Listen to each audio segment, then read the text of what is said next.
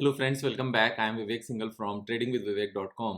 और काफ़ी लोग एक न्यूज़ से परेशान हैं कि कोफी डे एंटरप्राइजेस को एनसीएलटी के थ्रू यहाँ पर इंसॉल्वेंसी की प्रोसीडिंग के लिए ऑर्डर्स दिए गए हैं। तो इस न्यूज़ से काफ़ी लोग परेशान हैं और परेशान होने वाली बात भी है कि अगर कोई भी किसी स्टॉक में इन्वेस्टेड है और इन्वेस्टमेंट के दौरान अगर इस तरह की बातें आती हैं और स्टॉक प्राइस साथ में नीचे भी जाने लगे, तो 2 दिन से यही हो रहा है कि स्टॉक प्राइस लगातार नीचे जा रहा है। यस्टरडे ये ओपन ही काफ़ी नीचे हुआ और ओपन होकर थोड़ा-सा रिकवरी दिखाई, इसीलिए वो ग्रीन भी दिखा रहा है आपको। और आज फिर ओपन नीचे हुआ और नीचे ही जाता रहा, लेकिन लास्ट के कुछ टाइम में थोड़ी-सी रिकवरी यहाँ पर दिखाई गई। लेकिन अगर हम ओवरऑल देखें तो लास्ट 2 डेज़ में जो यहाँ पर क्लोजिंग से गिरावट है, ये करीब-करीब 24-25% के आसपास की गिरावट है और ये गिरावट भी नीचे के लेवल से है।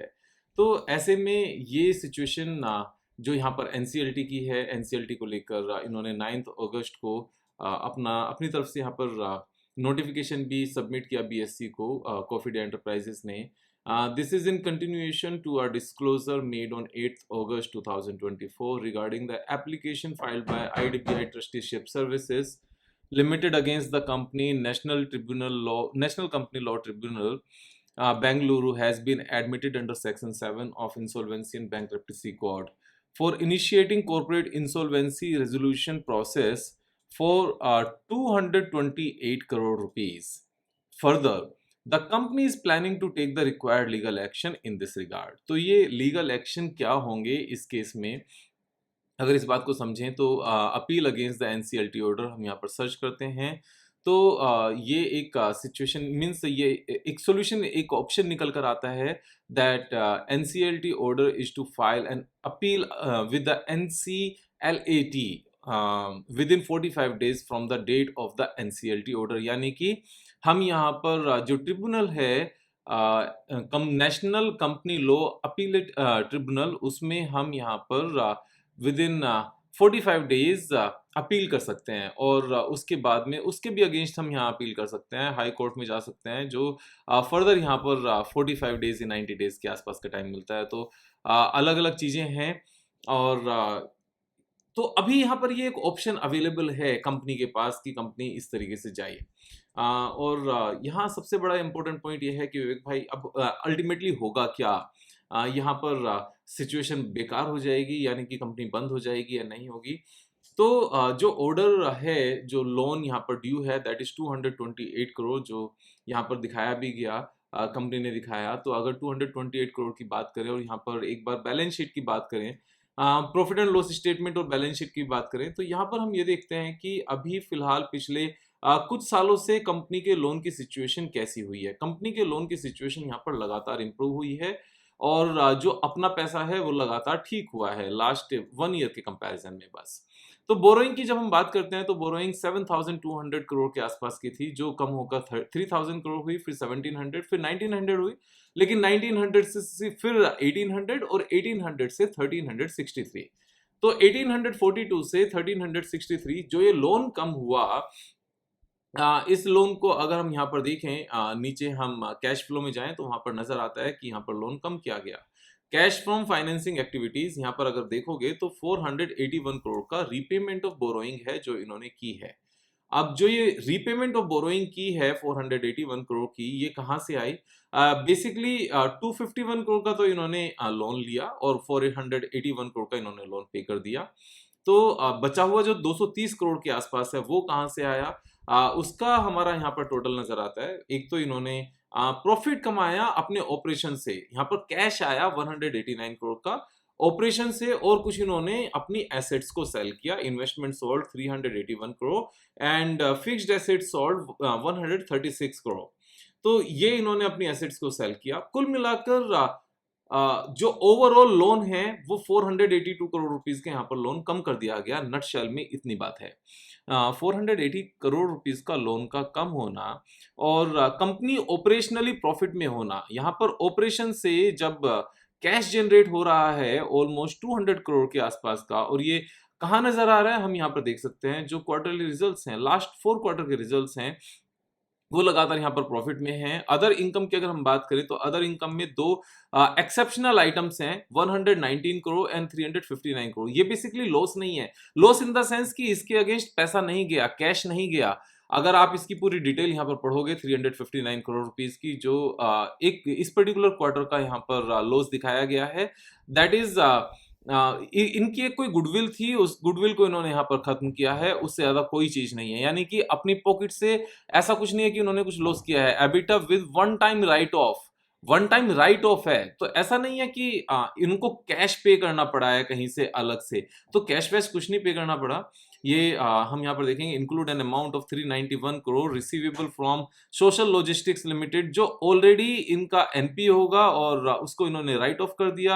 अब राइट ऑफ कर दिया यानी कि ये वो लॉस है, ऐसा नहीं है कि किसी को इन्होंने पैसे देने पड़े। अब जब पैसे देने नहीं पड़े तो चीजें थोड़ी सी आसान तो हैं, यानी कि ये पैसा जो कमाया कहीं गया नहीं, बल्कि यहाँ पर अदर इनकम नॉर्मल ये और इस साथ में ऐड हो गया, और इसमें से जो दिया किसी को that was the interest only, and that was a very small amount जो इंटरेस्ट उन्होंने पे किया, 30 करोड़ के आसपास का है बस ये। और जो डेप्रिसिएशन है, डेप्रिसिएशन किसी को नहीं देना होता। इन सब चीजों की जो पूरी नॉलेज है, जो मैंने ऑनलाइन क्लास वीडियोस जो डाली हुई है, जो 6-7 वीडियोस हैं, आप उनको देखोगे तो उसमें एक पूरी वीडियो 3 आवर्स की फाइनेंशियल्स को समझाने को लेकर है, आप वो देखो कि सारी समझ में आएगी।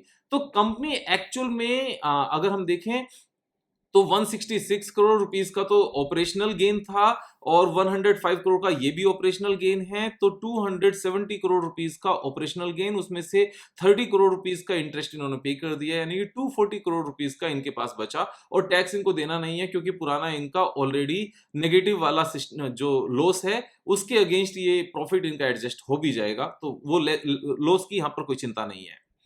तो नाउ 248 करोड़ आना और इतना ही अमाउंट 228 करोड़ को लेकर यहाँ पर ये सारे केस फाइल हुए हैं। तो हमें क्या लगता है कि इस तरह के केसेस में जब एनसीएलटी में चीजें जाएंगी, वहां पर अपनी दलील पेश की जाएगी और यहाँ पर ये कहा जाएगा कि भाई इसको रिस्ट्रक्चर कर सकते हैं लोन को, because we are profit making company now. एक साल का 240 करोड़ रुपीस का हमारा कैश इनफ्लो है लास्ट ईयर का।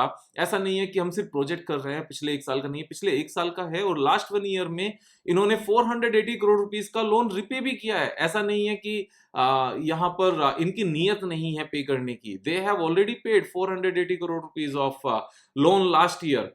तो जब दोनों चीजों का कॉम्बिनेशन यहाँ पर नजर आएगा तो क्या इस केस को यहाँ पर एक्सेप्टेंस नहीं दी जाएगी? अब एक्सेप्टेंस दी जाएगी या नहीं दी जाएगी, वैसे तो देखो फाइनली बाद की बात है, कैसे मींस फ्यूचर को आज कहना बड़ा मुश्किल है, लेकिन यहाँ पर बाकी केसेस में जहां इस तरह के केसेस थे वहां क्या हुआ, एक बार उन चीजों को समझने की जरूरत है। हम यहाँ पर देखते हैं जैसे रिलायंस पावर के केस में, रिलायंस पावर के केस में यहाँ पर अनिल अंबानी की जो कंपनी थी उसमें प्रामल कैपिटल ने इंसॉल्वेंसी का सेम केस यहाँ पर फाइल किया था। केस एक्सेप्ट भी हो गया था, उसके बाद में out of the court settlement हो गई थी, और out of the court settlement होने के बाद में प्रामल कैपिटल ने अपना जो इंसॉल्वेंसी का केस था उसको विड्रॉ कर लिया था। इस बीच में जिन लोगों ने रिलायंस पावर का माल भरना था वो माल भर लिया, उसके बाद में वहां से डबल हो गया। सेम ही सिचुएशन अगर हम यहाँ पर देखें तो जेपी पावर की नजर आती है। जेपी पावर को लेकर JP power venture says to report FII company out of NCLT, यहाँ पर भी इसी तरह के डेट का रीस्ट्रक्चरिंग हुई थी। Lenders to JP Power Ventures led by ICICI bank have restructured the bulk of the company's debt into equity और convertible debentures. Why? Because company is now profit making company and cash flow यहाँ पर profitable है। जब cash flow profitable है तो भाई NCLT में जाकर आपको यहाँ पर नीलामी करके कितने पैसे मिलेंगे, जबकि यहाँ अगर आप इसको रिस्ट्रक्चर करते हो तो आपको पूरे पैसे मिलने की चांसेस हैं, because last year company has been profitable, और लास्ट ईयर कंपनी प्रॉफिटेबल भी थी और लास्ट ईयर उन्होंने लोन रीपे भी किया है, यानी कि यहाँ पर इंटेंशन भी क्लियर है कंपनी की और कंपनी प्रॉफिटेबल भी है, तो ये तो मैटर ऑफ टाइम है। और 240 करोड़ रुपीस का तो लास्ट ईयर का कैश फ्लो था, वो भी ऑपरेशन से। अब ऑपरेशन से इतना कैश फ्लो था, 228 करोड़ की यहाँ पर सारी बात है।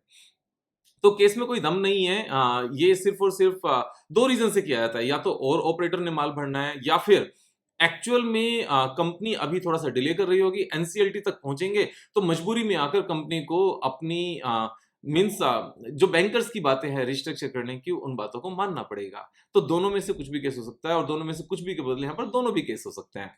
हम यहाँ पर एक और एग्जांपल लेते हैं। फॉर एग्जांपल अभी जयप्रकाश पावर वेंचर्स का ही सेम ये वही वाली बात है जो हम बात कर रहे थे out of NCLT. Now Bajaj Hindustan sugar को लेकर सेम बात हुई थी। NCLT has considered SBI petition for withdrawal. तो पहले तो एसबीआई ने पिटिशन डाली, पिटिशन यहाँ पर एक्सेप्ट हो गई, एक्सेप्ट होने के बाद में आउट ऑफ कोर्ट यहाँ पर रिस्ट्रक्चरिंग हो गई और फिर से एनसीएलटी ने उनकी पिटिशन को कि विड्रॉल की पिटिशन को यहाँ पर एक्सेप्ट कर लिया। तो ये सब चीजें आम बात हैं, पहले भी हुई हैं और अभी तो सिर्फ 228 करोड़ रुपीस की बात है। यहाँ तो एनसीएलटी का जो रिस्ट्रक्चरिंग का था दैट वाज 4771 करोड़। तो ये तो बहुत बड़ी अमाउंट थी। ये सब चीजें लगातार होती रही हैं, इतना ज्यादा परेशान होने की जरूरत नहीं होती।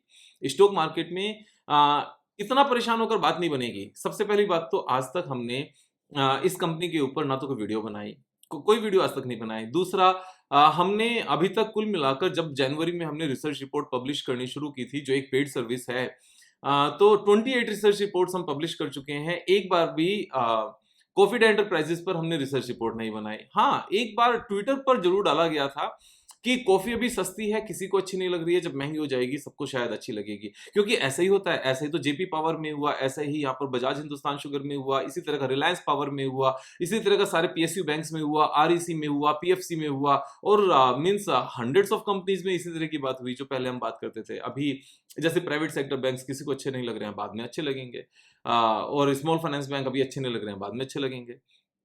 तो ये बातें तो एक्सपीरियंस वाली बातें हैं।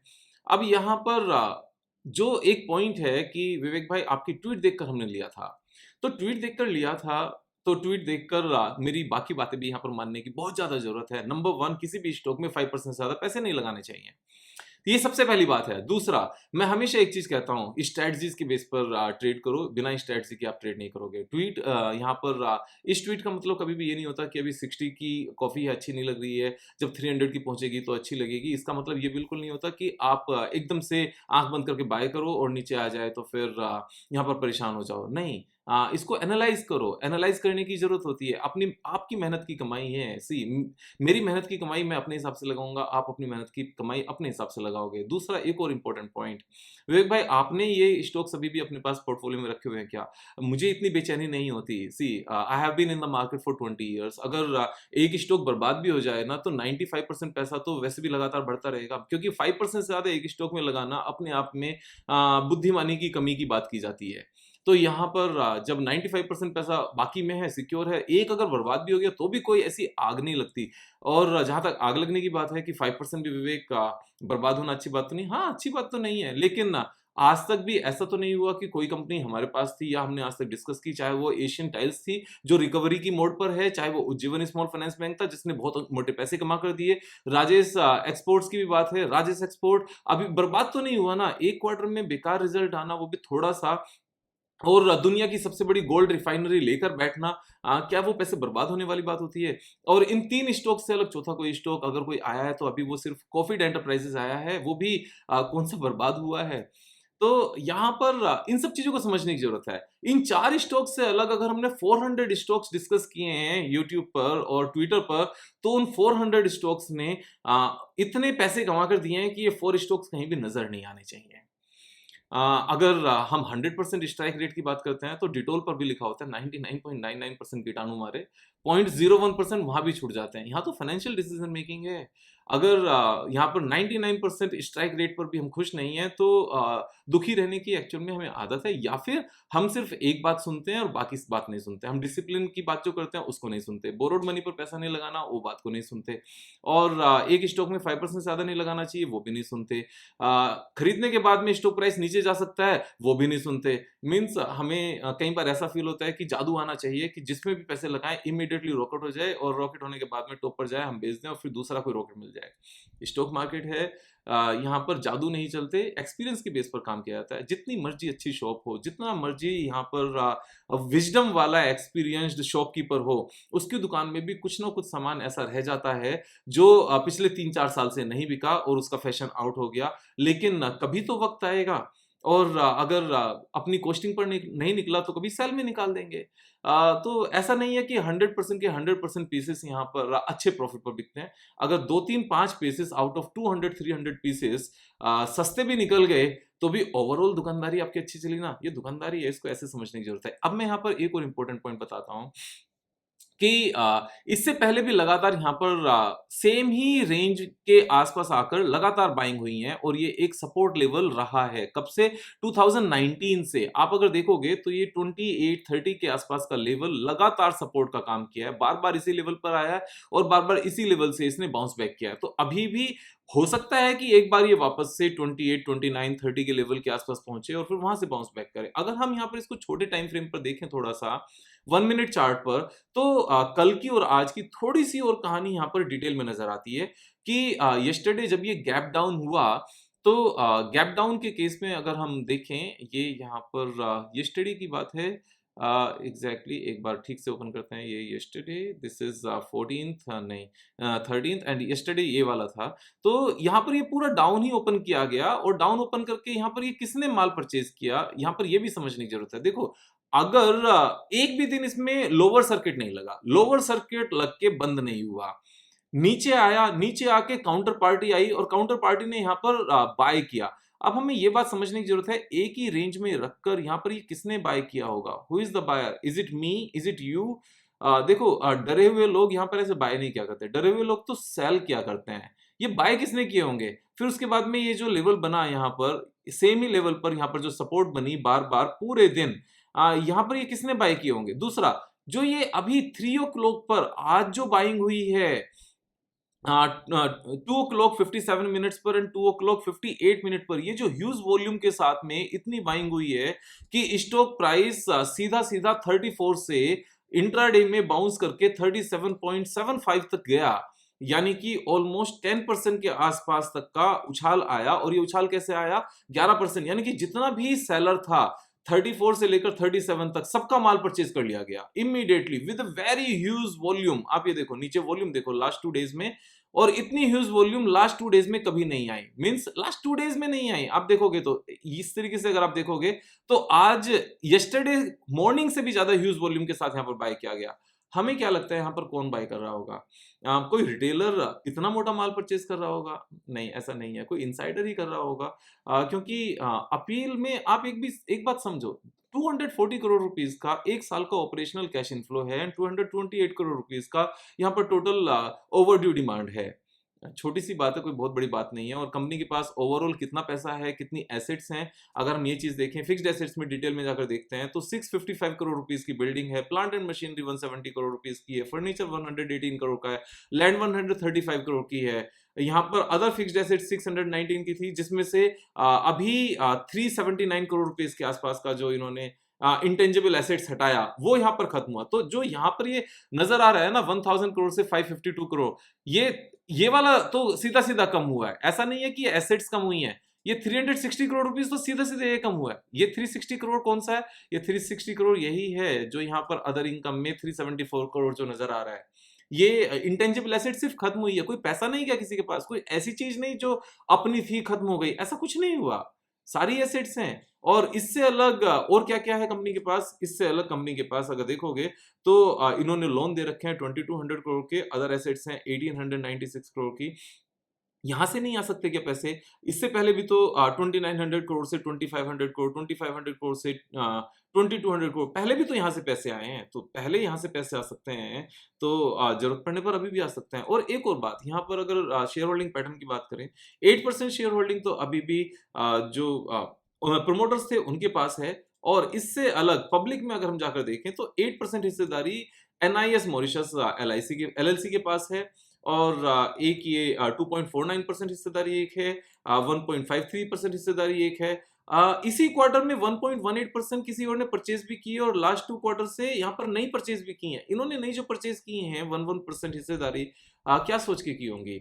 ऐसी अनजाने में चीजें नहीं होती हैं, यहाँ पर सोच समझ कर ही काम किए जाते हैं। तो ये जो 25% स्ट्रॉन्ग हैंड्स है, क्या ये 25% स्ट्रॉन्ग हैंड्स कंपनी को यहाँ पर ऐसी बर्बाद होने देंगे?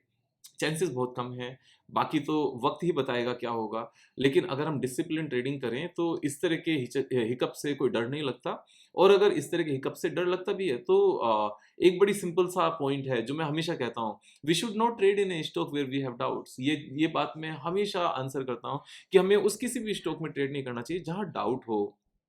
किसी के कहने से ट्रेड नहीं लेना चाहिए, किसी के कहने से समझना चाहिए। ना मेरे कहने से ट्रेड लो, ना किसी के कहने से। मैं यहाँ पर समझाता हूँ, सिखाता हूँ।